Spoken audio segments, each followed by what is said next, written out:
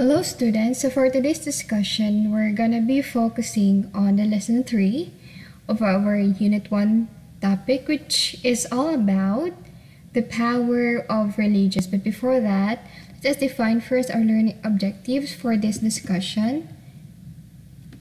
At the end of the 1-hour period, the students are expected to, number 1, identify the positive and negative effect of religions. Number 2, provide evidence that religion brought about an event in history. And the last one, justify that religion can have positive or negative effects on society. So,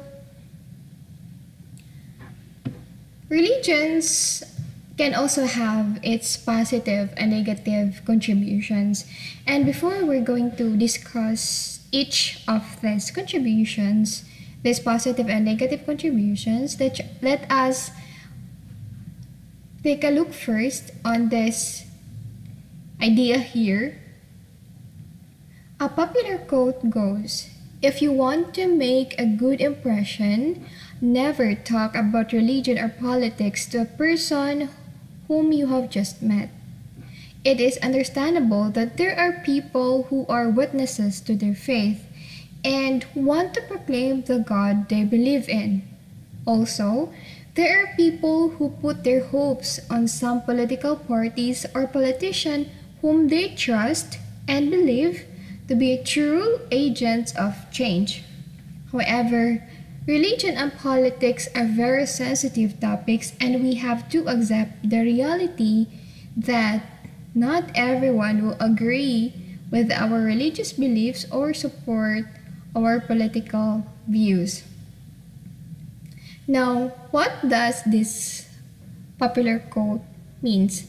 Now, it is emphasized here, class, that if it's your first time to encounter a stranger, now, if you want to make a good impression to him or her, don't talk about religion or politics, because all of us has its own perspective or its own point of view when it comes to religion and politics, and there are instances that we always try to persuade someone that our religion or my religion is better and has the best background among all. And same also with politics. Now there are some people who try to insist that their that the type of government that they have is the best among the world, or the type of ideologies that they follow is the best. Now, since this politics and religions are very subjective when it comes to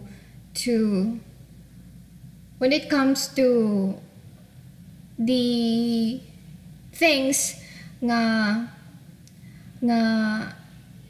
nagahatag og kanang importansya sa isa ka tawo, bali subjective siya in a way that one point of view or ang isa ka perspective sa isa ka religion does not apply to all other types of person in the world, because how we view our own religion, our own politics is unique among us, and it is solely based on our experiences, on our encounter with this religion or with this type of politics.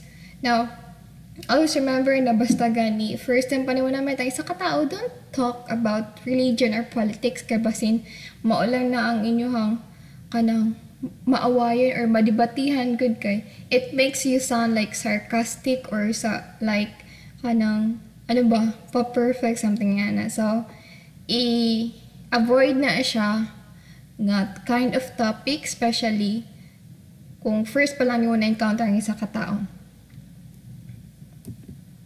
Now, one of the positive contribution of the religion or of religions into this generation, especially on this year 2020, is the eradication of the modern day slavery or slavery. So this means that religion has a practical action. So meron silang ginagawa to end or to remove the slavery. So the Universal Declaration of Human Rights 1948 states that no one shall held in slavery or servitude. Slavery and the slave trade shall be prohibited in all their form. So, kini siya nga, Human Rights Declaration nagsuggest nga, no person shall be captured or shall be possessed in the form of slaves or shall be owned to be part as slaves or slave trade. So this means nga dapat walay tao nga ma-fall under sa slavery or yung pagiging alipin kahit as anumang klase. Now, however, modern day slavery seems to exist, albeit in different forms and situations. So, kahit yung word typically na alipin and today's generation is dili na kayo siya nag-exist.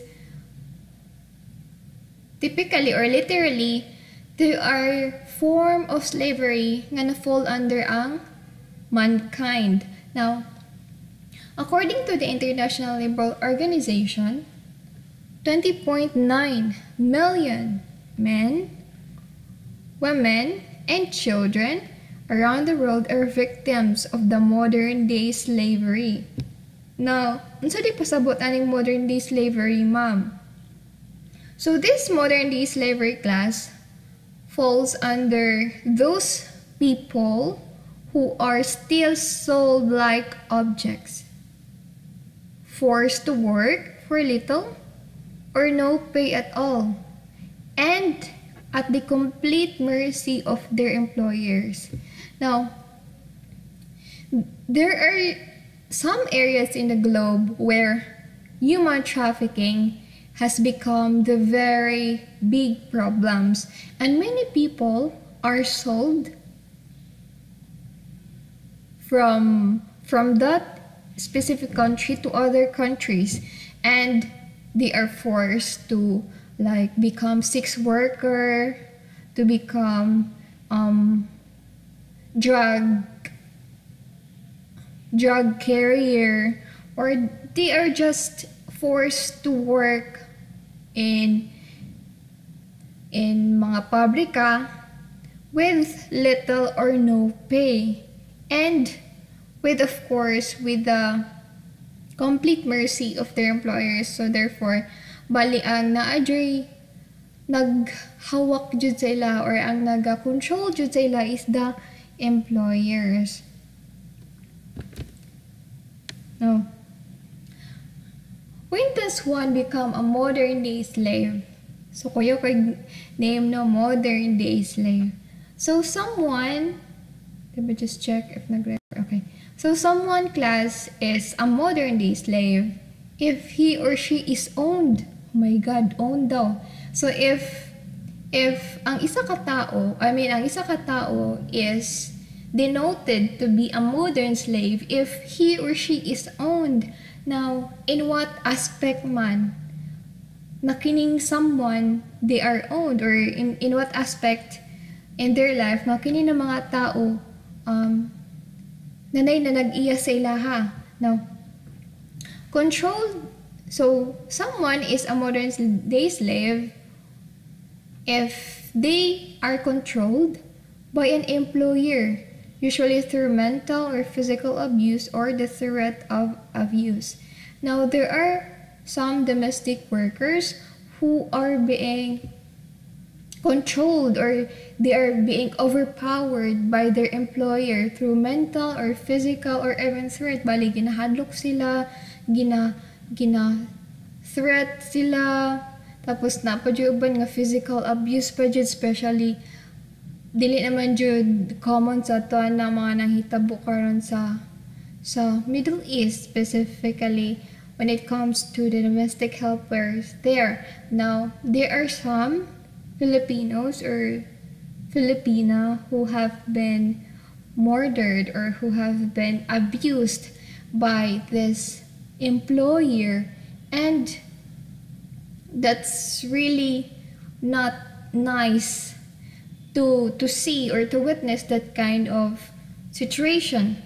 Now, there are also those there are those person who are dehumanized, or they are being dehumanized, wherein he or she is treated as a commodity or bought and sold as property. Now, these are common for those individuals who falls under human trafficking, or yung mga teenagers na binibili ng mga foreigners to be sex slaves, or yung iba pa magiging workers sa mga pabrika, or to work as something nga kanagong dili siya maayo good. So there are those,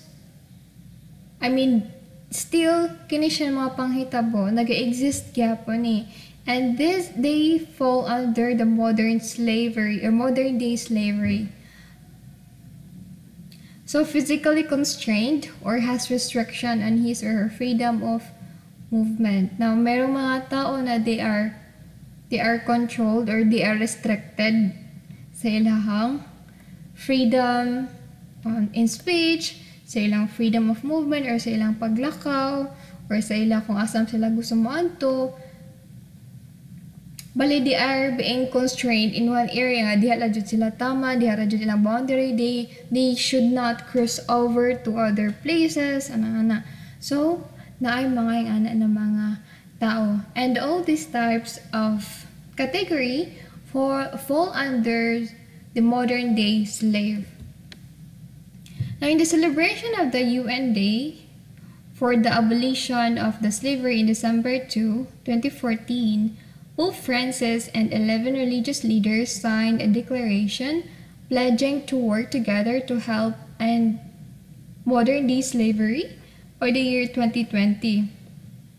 The religious leaders, who represented Catholic, Muslim, Jewish, Orthodox, Anglican, Buddhist, and Hindu faith, have made a united commitment to help eradicate worldwide slavery. Now, that is a good thing, or that is one of the positive contributions for our religion, or for the religion, because they also signed, or they also pledged, so nanumpa sila nga mutabang sila sa mga gobyerno or even sa United Nations na ma-eradicate ang worldwide slavery.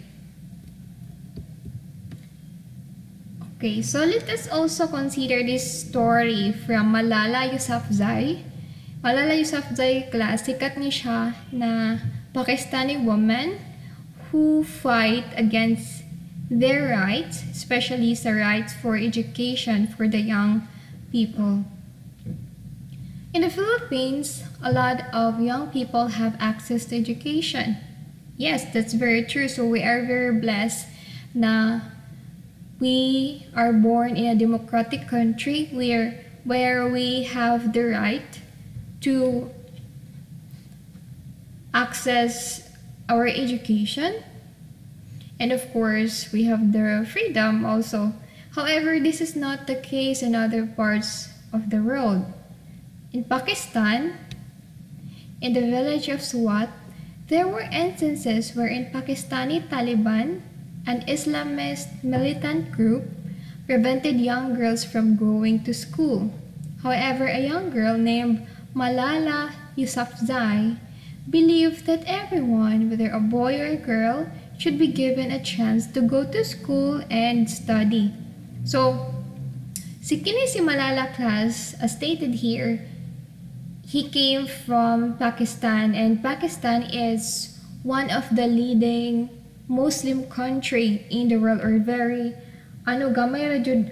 All of the populations, almost all of the populations are Muslims. Gamay lang ata ang mga Christians diriya.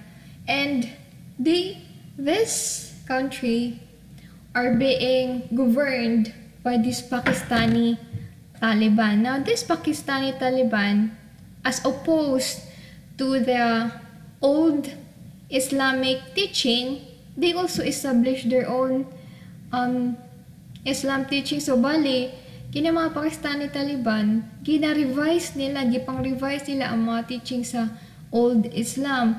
And according to them, girls at the age of 8 should stay at the house or they should not go to school.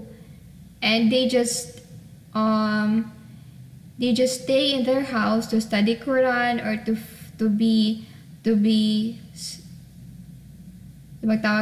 trained to do the household chores, parang ganon, para kung na ay gender inequality ing ana. So si Malala Yousafzai dili siya ganahan nga ingana lang ang standing sa women sa ilang country. So according pa niya, everyone, whether a boy or girl, should be given a chance to go to school and study. So using technology, Malala blogged about her life under the Taliban occupation. She exposed the attempts of the Taliban to take control of the Swat Valley. Furthermore, she expressed her views in promoting education for girls. Kasi nga there is like gender inequality na tinuturo ng mga Pakistani Taliban. Soon, Malala became popularly known as an advocate for young people. The Islamist militant group did not like Malala's action and plotted to kill her. On October 9, 2012, two Taliban gunmen shot Malala and left her to die. Fortunately, Malala survived the attack and bravely continued her advocacy. On 10 October of 2014, Malala Yousafzai announced as the co-recipient of the 2014 Peace Prize for her struggle against the suppression of children and young people and for the right of all children to education. Malala Yousafzai became the youngest ever Nobel Prize laureate. Now, nindot kay siyang story, no? That is one of the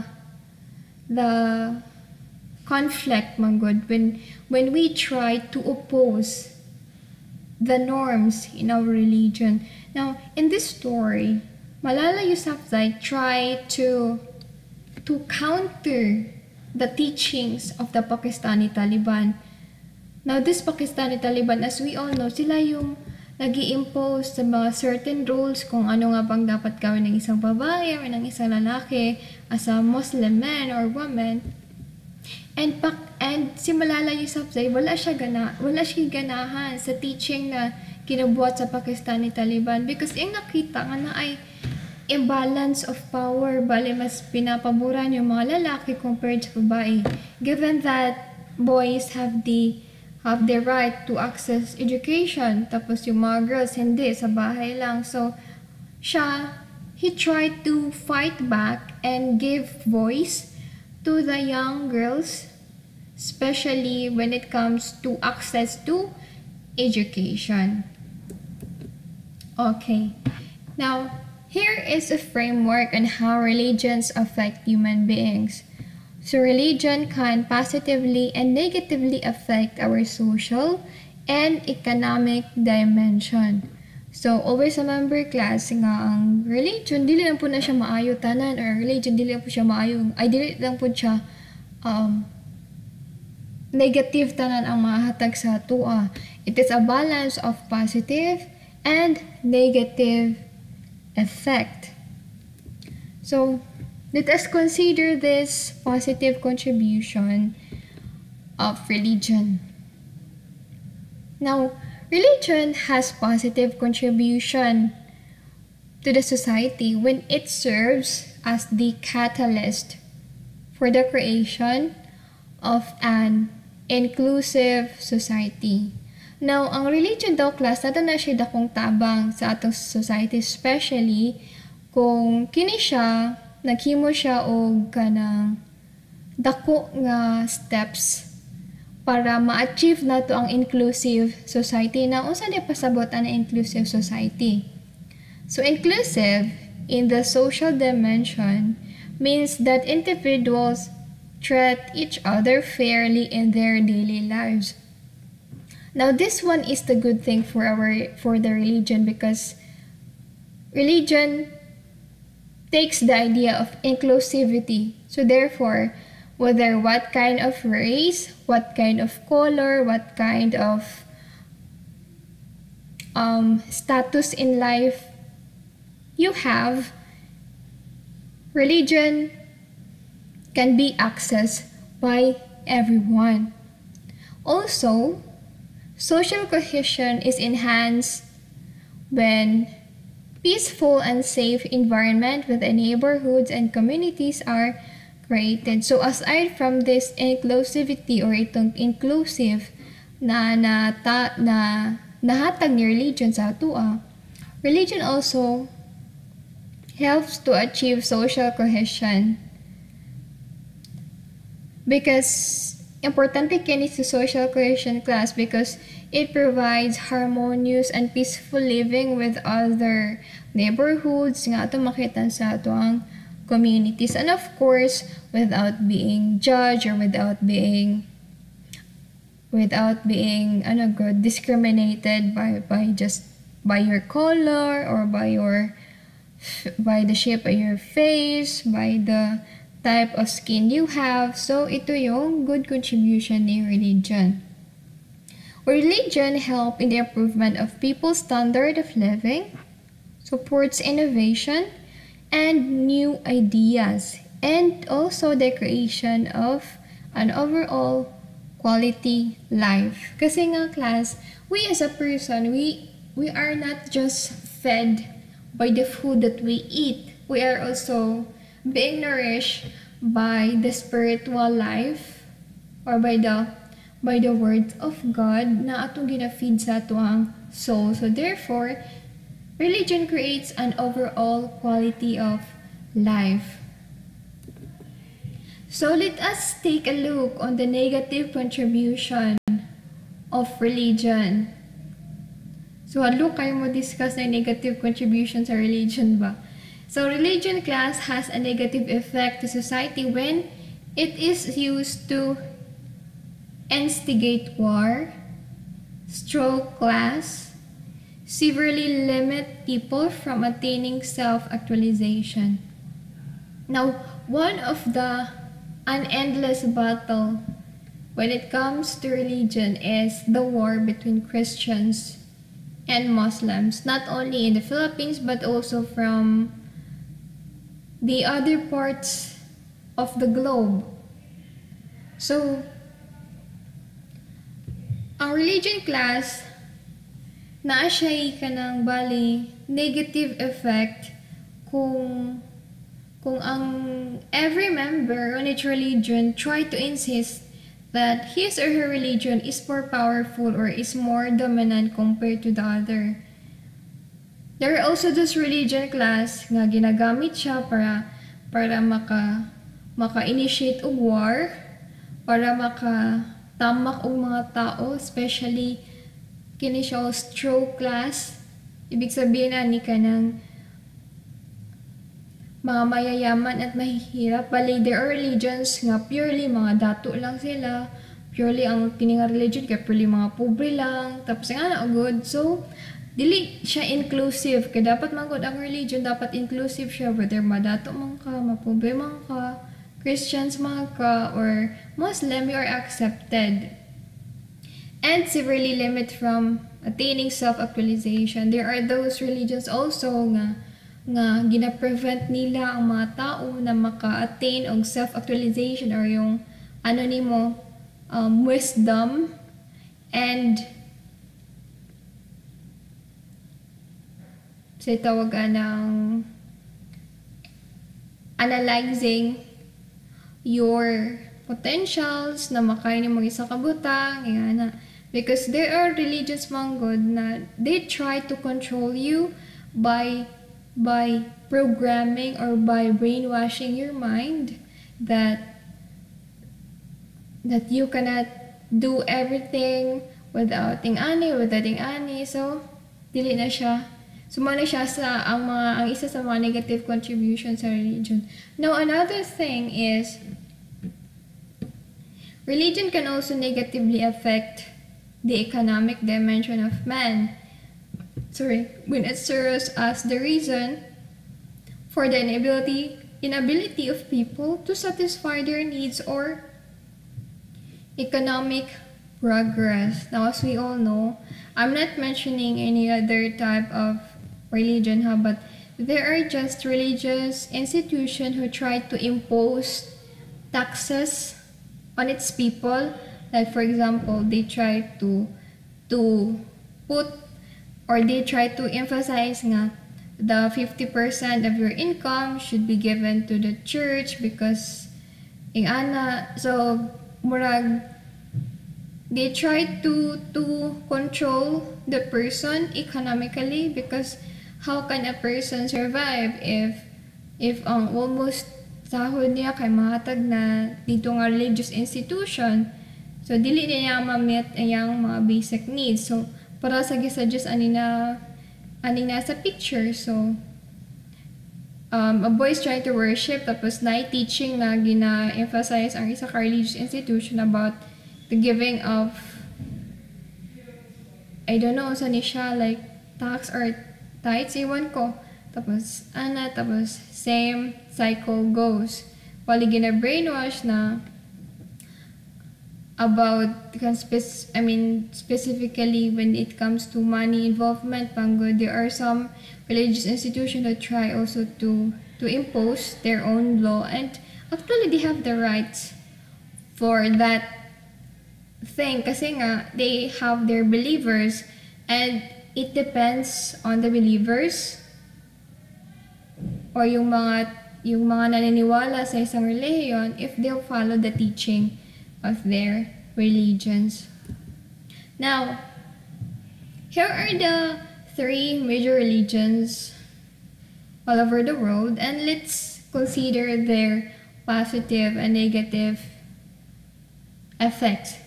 So, unahin muna natin, yes, we have very first apparent Catholicism, followed by Islam and Buddhism. So, unahin muna natin si Catholicism.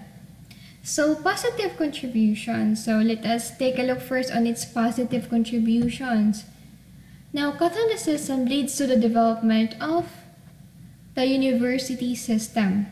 Catholic universities includes Bologna University, Oxford, Paris, Salerno, Vicenza, Cambridge University, Salamanca, and many more. So, one good thing, mga good class nga nahatag ni Catholicism sa world is the creation of the university system. Same thing also that goes here in the Philippines. As we remember, Spanish are the first colonizer of the Philippines, and they are also the one who made the oldest university here, which is the Santo Tomas University, the ADMO or Ateneo de Manila University, or yung Liceo, or yung yung mga St. Mary's University. So that is the good contribution for Catholicism, not only here in the Philippines, that this Catholicism created universities or many schools, but also all over the world. Now this Cambridge class, na siya class, sikat pa ni siyang university across ay sa gawas, which has a very high-tech na mga gamit, and of course mga bright ang mga students there. Same with Oxford, Bologna, Paris. So, muna siyang isa sa major contribution ni Catholicism. It leads to the development of the university system. Aside from that, so many Catholic universities, just like Oxford, still show Catholic roots, such as quadrangles modeled in monastic cloister, Gothic architecture, and the presence of numerous chapels.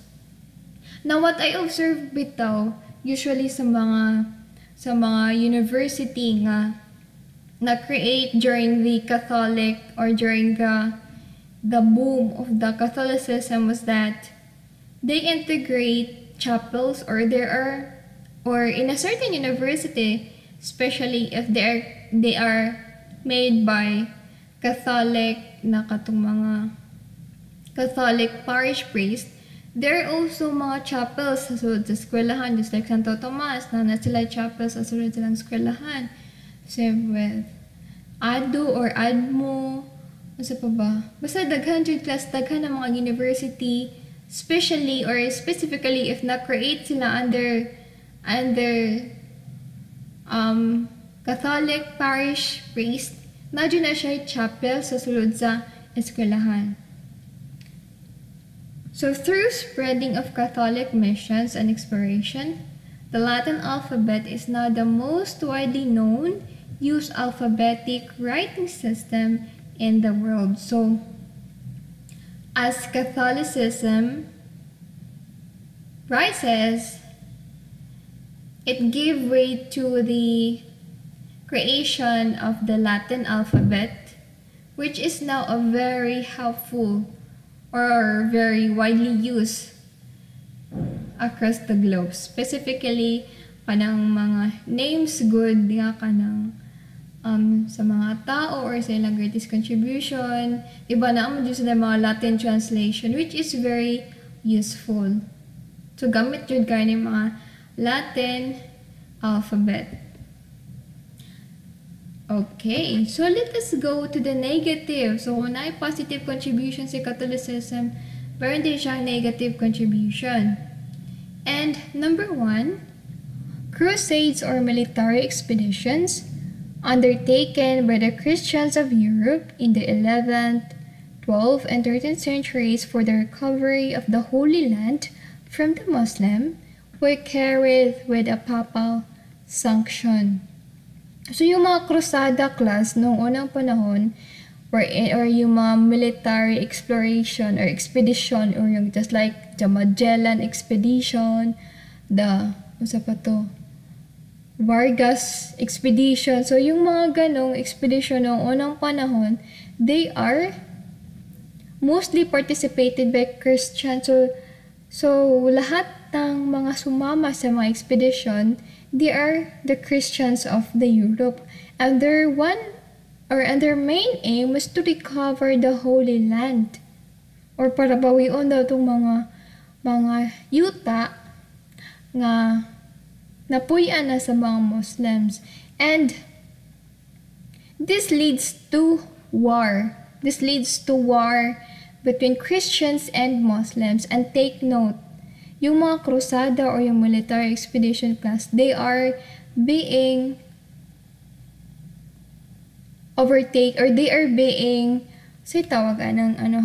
paligisugo sila with papal sanction. So, dili man good na ma-approve ang isa ka expedition or ang isa ka krusada kung walay approval sa viceroy, viceroy or yung mga kanagong na mga officials nga naa sa mga pinaka-highest position sa Catholic, sa simbahan. So, kadto na mga expedition na mga crusades, they are ang number one nga nagsugo sa nila is yung mga naa sa position sa simbahan. Kadto na yung mga pinakatagas na position.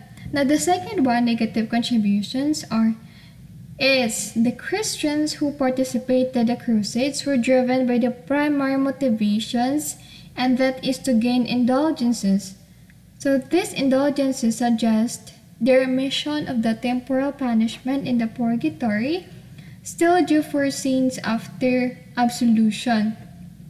Now, ang reason po class nga nung ni participate jud ang mga Christians sa mga krusada or sa atong military expedition, that's because gihadlok sila or nag-impose o specific teaching ang mga Catholicism or ang mga Catholic priest nga para matanggal daw ang imuhang punishment sa purgatory, you need to gain indulgences or itong indulgences.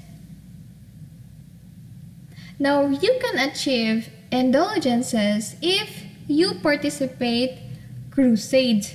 So, bali, ang Christians, wala sila aim na kanang gusto nila makig-war sa Muslims or other people, but their main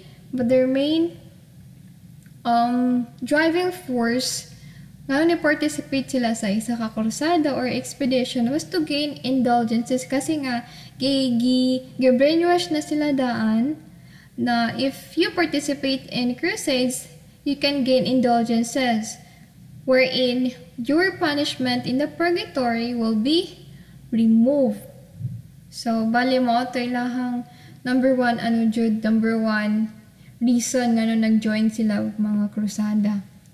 There were instances also wherein popes used crusades for political reasons and means of conflict resolution.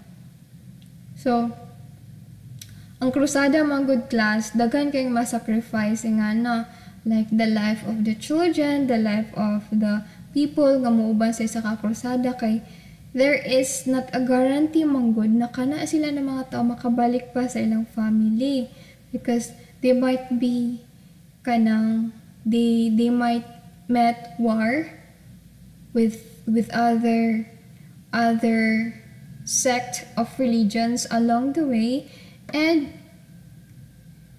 bali di na sila kuli silang family. So imagine the popes are the one who or someone nga naa sa simbahan ay nagmugnaan ng crusades, then they are just this people or this life of people nga being sacrificed nga na-sacrifice para ma-achieve ang isa ka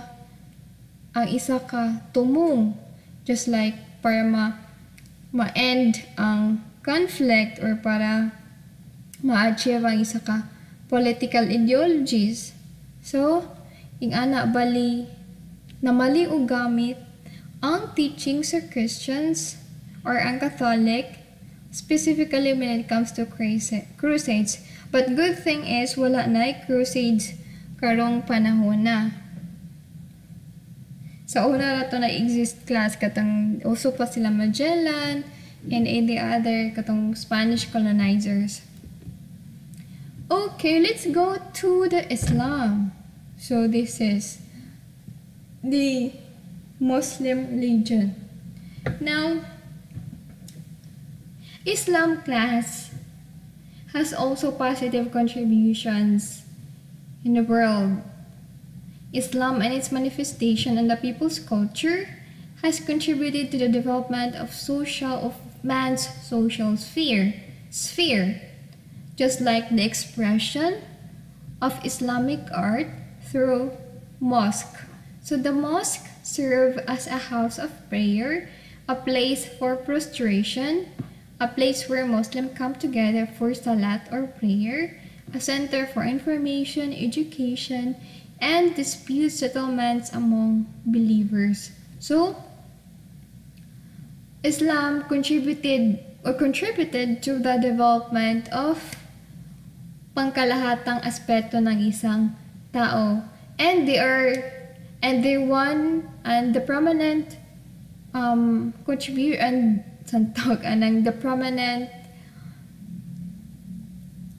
art nga atong makita karon nga ang isa ka place kay they adopt Islamic belief is the mosque, and mosque class has a lot of functions specifically to the Islamic religion because it is a place for them to pray, to gather for informations, educations, and to enhance their faith in their God.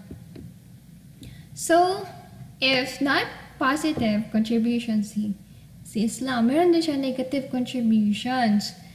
And we have these two negative contributions. So let's read this one first. Religious agents or believers who have espoused Islamic fundamentalism or in opposition of the infiltration of secular and westernizing influences and the strict institution of Islamic law and behavior has negatively affected the development of man's social and economic spheres. As we all know, mga good class,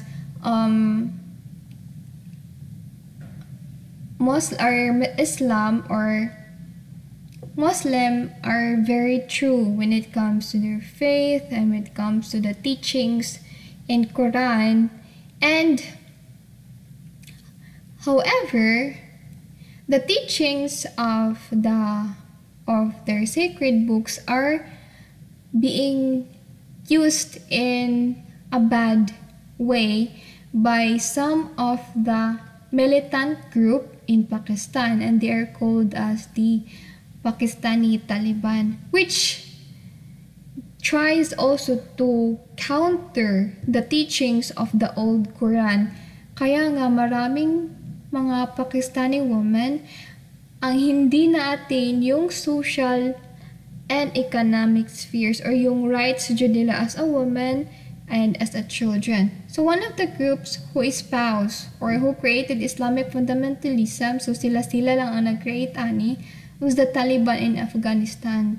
If you're familiar with Osama bin Laden, now Osama bin Laden is the leader of the Taliban in Afghanistan. And as we remember, di ba, isa siya sa mga terrorist group nga dugay jud or nga kanang dako jud siya na create nga trouble around the world. So, the Taliban class first existed in Afghanistan. Now, the Afghanistan government, they tried to eradicate these Taliban believers. And so, sa gibuhat ng mga Taliban is that they migrate to the borders of Pakistan. And once na naka-infiltrate na sila sa Pakistan, they try to continue their teaching and influence the mind of the villagers or yung mga tao na dito sa ilang lugar kung asa sila na napadpad. So during the heights of their power, the Taliban received notorious reputation for sexism and misogyny. So, sa Taliban mga good class, one of the teachings in Taliban is that the girls are expected to just stay at the house, to study Quran, to do the household chores, and they are prohibited from working or from going night outs or from kanang meeting with other people. So merong imbalance on the gender equality between the boy and the girl.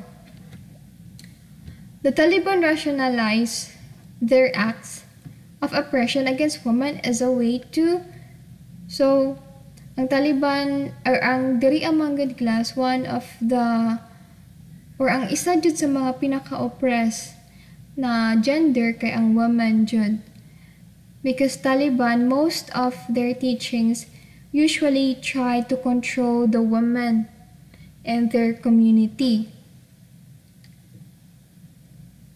The Taliban rationalized their act of oppression against women as a way to secure an environment where the chastity and dignity of women may become unsacrosanct again. Now, one of their teachings, mga God, under the Taliban in Pakistan was that the girl should be pure, should be untouched during or before they engage into marriage. And then they try to control the movements or the acts or yung mga ginagawa ng mga babae by imposing this type of environment wherein the chastity and dignity of women are being emphasized. Now, if may balaan nila nga dili na ka ingana or dili na ka pure na tao or pure na babae because for some reasons and then you are not married yet, then they will kanang good, they will shame you in the community, and the worst part there is that they try to disrespect you kanang good. So mostly okay man anta ang kini siya class kini na it's just that there are those militant groups, specifically itong Taliban in Afghanistan, which migrates also or which created their camps in Pakistan, nga nagbuhat-buhat po sila or nagtry po sila persuade sa mga Muslim in Pakistan na motupod sa ilahang teaching or sa ilahang beliefs. Now, one of the pod sa Taliban, a militant group, is that they are the Islamic fundamentalist group. So they forced the women to wear burqa, a long, loose garment covering the whole body from head to feet at all times in public, to ensure that men will not be able to look at their faces, which is a source of corruption. So, mo ni siya class, mo ni siya ang isa sa mga law na ilang gibuhat na women should wear always burqa. Another one, the Taliban prohibited women from working and receiving education after the age of 8. O di ba? Imagine this kind of teaching na i-prohibit ang woman sa pagtrabaho tapos sa pagskwela. So di ba na-adjoy gender inequality or there is a gender bias nga nag-exists among sa community of boys and girls. Women also under the Taliban rule are only allowed to study the Quran, an Islamic sacred book. So sa ilaha class, dili na kailangan mo eskwela ang girls to have their degree courses or to become their or to have their dream profession, because for them the only function of women in the community is to study the Quran. So mao lang na ilaha class. So mao na siya ang negative contributions sa Islam. Because of this Islamic fundamentalist group na tinatawag na Taliban. They created their own laws, their own teachings nga murag nisukwahi na siya sa old or sa kung unsa man ang teaching sa Islam. So, let's go to Buddhism. Now, one of the positive contributions of the Buddhism is the extensive education programs for both adult and children to teach the skills of the way of the Dharma. So, ito yung doctrine of Buddha. So, bale, yung mga adults and children or all types of believers, whether adults or children, they are given the chance to learn Dharma or the doctrine of Buddha. And aside from that, Buddhist believers are also active in their social welfare work, just like taking care of the sick, serving those in prison, assessing the people, and helping those who are rehabilitating from drug addiction. So therefore, they are more focused on addressing the needs of the society or the needs of the person.